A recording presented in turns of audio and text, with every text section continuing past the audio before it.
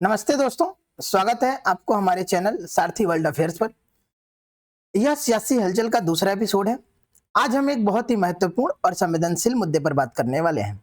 भारत की चुनाव प्रक्रिया में एक बड़ा विरोधाभास है, जिसे पूर्व मुख्य चुनाव आयुक्त एस वाई कुरैशी ने एन इपिक एक्सक्लूजन नाम से एक लेख में उजागर किया है। यह लेख इंडियन एक्सप्रेस में 4 सितंबर 2025 को प्रकाशित हुआ है और इसमें चुनाव आयोग की बिहार में स्पेशल इंटेंसिव रिवीजन, जिसको सर बोलते हैं, की प्रक्रिया पर सवाल उठाए हैं। यहां ईसीआई ने वोटर आईडी कार्ड और आधार को प्रमाण के रूप में स्वीकार करने से इनकार कर दिया है, जो खुद चुनाव आयोग द्वारा जारी किया गया है। हम इस वीडियो के कुछ मुख्य बातें, फैक्ट्स और डेटा के आधार पर चर्चा करेंगे। अगर आपको चुनाव, लोकतंत्र और राजनीति में रुचि है तो वीडियो को लाइक करें, शेयर करें और सब्सक्राइब करें। बेल आइकन दबाएं ताकि नोटिफिकेशन मिलता रहे। चलिए शुरू करते हैं। दोस्तों, सबसे पहले समझते हैं कि ईपीआईसी क्या है। ईपीआईसी का पूरा नाम इलेक्टर्स फोटो आइडेंटिटी कार्ड है, जो भारत में मतदाता पहचान पत्र है। यह 1993 में तत्कालीन मुख्य चुनाव आयुक्त टीएन शेषन द्वारा शुरू किया गया था। उस समय मतदाता सूची में फर्जी नाम, डुप्लीकेट एंट्री और गलत पहचान की समस्या बहुत थी। शेषन जी ने इसे दूर करने के लिए ईपीआईसी लॉन्च किया, जो मतदाताओं की फोटो और डिटेल्स के साथ एक सुरक्षित आईडी है। आज भारत में 96.88 करोड़ से ज्यादा रजिस्टर्ड वोटर्स हैं और लगभग सभी के पास ईपीआईसी है। इलेक्ट्रॉनिक ईपीआईसी का डाउनलोड संख्या 67 लाख से ज्यादा है, लेकिन फिजिकल ईपीआईसी हर मतदाता के पास है। अब कुछ मुद्दे की बात करते हैं। 2025 में बिहार में विधानसभा चुनाव होने वाले हैं और ECI election commission of India ने जुलाई में एसआईआर शुरू किया, मतदाता सूची की विशेष गहन संशोधन, जिसको एसआईआर बोलते हैं। इसका उद्देश्य मतदाता सूची को साफ सुथरा बनाना, फर्जी नाम हटाना और नए मतदाताओं को जोड़ना है। बिहार में कुल मतदाताओं की संख्या लगभग 7.9 करोड़ है, लेकिन इस प्रक्रिया में ईसीआई ने, इलेक्शन कमीशन ऑफ इंडिया ने, नामांकन या सुधार के लिए 11 दस्तावेजों की लिस्ट जारी की, जिसमें ईपीआईसी और आधार शामिल नहीं है। यह चौंकाने वाला है, क्योंकि ईपीआईसी खुद ECI election commission of India द्वारा जारी किया जाता है।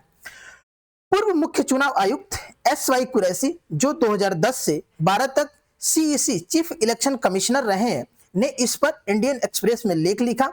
वे कहते हैं कि यह फैसला मनमाना और स्वविरोधी है। कुरैशी जी बताते हैं कि ईपीआईसी की शुरुआत कैसे हुई। टीएन शेषन जी ने पीएम नरसिम्हा राव से फंडिंग की मांग की ईपीआईसी बनाने के लिए, और जब मांग को मना कर दिया गया तो कहा गया फंड नहीं मिला, तो टीएन शेषन ने चुनाव कराने से मना कर दिया। आखिरकार अंततः नरसिम्हा सरकार को फंड देना पड़ा और ईपीआईसी का निर्माण हुआ। यह चुनाव आयोग की स्वतंत्रता का प्रतीक है। कुरैशी जी कहते हैं कि ECI election commission of India ने कोविड के समय सेल्फ सर्टिफिकेशन की अनुमति दी थी, ताकि मतदाता आसानी से रजिस्टर हो सकें, लेकिन अब बिहार में एसआईआर में ईपीआईसी को प्रमाण के रूप में नहीं मानना विरोधाभासी है। सुप्रीम कोर्ट ने इस पर चुनौती दी गई, जहां जस्टिस सूर्यकांत ने कहा ईपीआईसी और आधार आसानी से उपलब्ध हैं, इन्हें क्यों नहीं स्वीकारा जा रहा है। कोर्ट ने आधार को शामिल करने का आदेश दिया, लेकिन ईपीआईसी पर चुप रहा। नतीजा 65 लाख वोटर्स की एंट्री डिलीट हो गई ड्राफ्ट रोल में से। ईसीआई का कहना है 52.3 लाख वोटर्स अपने पते पर नहीं मिले, जो कि कुल संख्या का 6.62% है। कुरैशी जी का मुख्य तर्क है, अगर ईपीआईसी राष्ट्रपति द्वारा राष्ट्रीय मतदाता दिवस 25 जनवरी पर वोटर्स को दिया जाता है, तो इसे प्रमाण के रूप में क्यों नहीं माना गया। यह एक कड़वी विडंबना है। बिहार जैसे राज्य में, जहां प्रवासी मजदूर ज्यादा है और गरीबी है, कई लोगों के पास सिर्फ ईपीआईसी है। इसे न मानने से मतदाता हतोत्साहित होंगे और असली वोटर्स का अधिकार छीन सकता है। ईपीआईसी को राष्ट्र का पहला नागरिक इतने धूमधाम से देता है, तो आयोग को इसे मानना चाहिए। कुछ और फैक्ट्स को देखते हैं। भारत में मतदाता सूची को जेंडर रेशियो में सुधार हुआ है।